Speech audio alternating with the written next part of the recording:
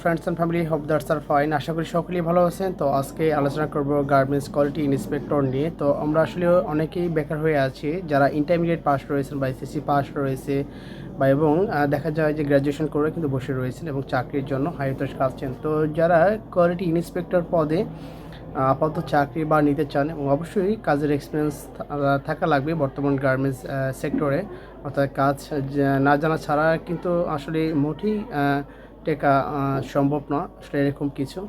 তো যা হোক, আর যারা নতুন হিসাবে জয়েন করতে চান কোয়ালিটি ইন্সপেক্টর পদে, তো আশা করি আপনি যদি আমার এই ভিডিওটি আপনার আজকে সম্পূর্ণ ভিডিওটি কন্টিনিউ করেন, অবশ্যই আপনার জন্য অনেক হেল্পফুল হিসাবে কাজ করবে।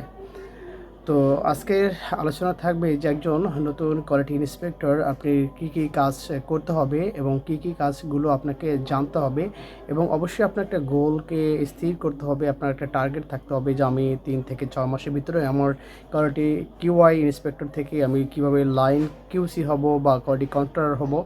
তো এইরকম আপনাকে অবশ্যই নিজের ভিতরে একটা প্ল্যান বা গোল তৈরি করতে হবে, তাহলেই কিন্তু আপনার পসিবল আপনি সামনে সাফল্য অর্জন করতে পারবেন।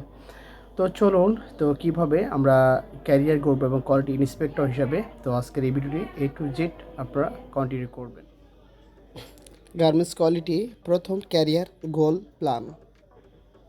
নাম্বার 1, আপনাকে শিখতেই হবে।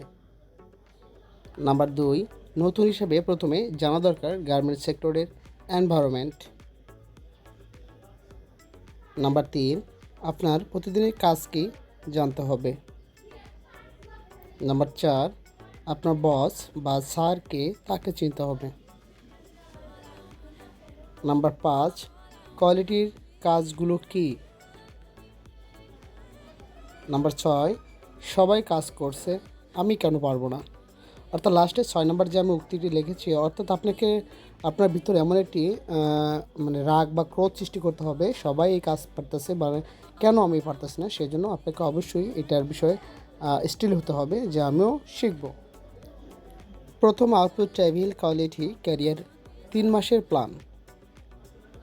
নাম্বার 1, ধরুন আপনি আউটপুট টেবিল কোয়ালিটি চাকরি পেয়েছেন। নাম্বার 2, কাজের টাইম সম্পর্কে জানা এবং সঠিক টাইমে ফ্যাক্টরিতে আসা। নাম্বার 3, প্রথমে কাজ শুরু করার আগে নিজের কাজের জায়গা পরিষ্কার রাখতে হবে। নাম্বার 4, প্রতিদিন কি কাজ করবেন কাজের লিস্ট তৈরি করা। নাম্বার 5, রিপোর্ট বা প্রতিবেদন খসড়া তৈরি করা।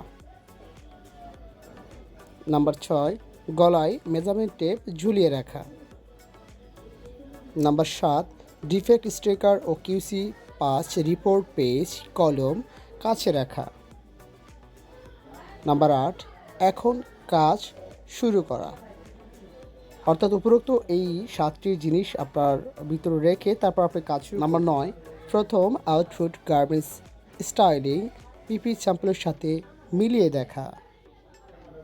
নাম্বার 10, অ্যাপ্রুভ মেজারমেন্টের সাথে উৎপাদন পণ্যের মেজারমেন্ট চেক করা ও রিপোর্ট তৈরি করা। নাম্বার 11, ডিফেক্ট বা সমস্যা সঠিকভাবে আইডেন্টিফাই করা। নাম্বার 12, সমস্যার গার্মেন্টসগুলো সম্পর্কে বসকে জানানো বা লাইনে দায়িত্ব লাইন কিউসি ও সুইং সুপারভাইজারকে। নাম্বার 13, প্রতি ঘন্টা রিপোর্ট তৈরি করা এবং সেকশনের বজ ও উৎপাদন কর্তৃপক্ষের রিপোর্টে সাইন করা। নাম্বার 14, কোনো প্রসেস সমস্যা বেশি হলে নিজে অপারেটরের কাছে যাওয়া এবং কেন এমন হচ্ছে অ্যানালাইসিস করা। অর্থাৎ 14 নম্বরে অনেক গুরুত্বপূর্ণ একটি টপিকস। অর্থাৎ যারা নতুন কোয়ালিটি বা কিউআই আউটপুট টেবিলে আমরা কাজ করি, তাদের জন্য 14 নম্বর অনেক গুরুত্বপূর্ণ। অর্থাৎ কোনো সমস্যা যদি বেশি পাওয়া যায়, সেই সমস্যাটি নিয়ে কোন প্রসেসে হচ্ছে সেটা নিয়ে আপনি অ্যানালাইসিস করতে হবে। অর্থাৎ আপনি সেই অপারেটরের কাছে গিয়ে বললেন যেটা কোথায় সমস্যা হচ্ছে এবং এই সমস্যার সমাধান কিভাবে হবে সেটা সম্পর্কে আপনি যদি অ্যানালাইসিস করেন, আপনি নতুন হিসাবে এখান থেকে অনেক কিছু এক্সপিরিয়েন্স আপনি গ্যাদার করতে পারবেন। নাম্বার 15, পোশাকের প্রসেস সম্পর্কে জানা। নাম্বার 16, মেজারমেন্ট টেপ সম্পর্কে জরুরি ভিত্তিতে জেনে নেওয়া। অর্থাৎ 16 নম্বর যে জরুরি ভিত্তি বলছি, কারণ এখানে মেজারমেন্ট টেপ এবং মেজারমেন্ট টেপে কত সিএম বা কত ইঞ্চি রয়েছে এবং কত মিলিমিটার কত সুতা রয়েছে, এটার মেজারমেন্ট খুবই ভেরি ইম্পর্টেন্ট ফর একজন কিউআই ইন্সপেক্টর হিসেবে বা আউটপুট বা প্রত্যেকটা কোয়ালিটি সেকশনের প্রত্যেকটা লোকের মেজারমেন্ট সম্পর্কে অবশ্যই জ্ঞান থাকা ভেরি ইম্পর্টেন্ট।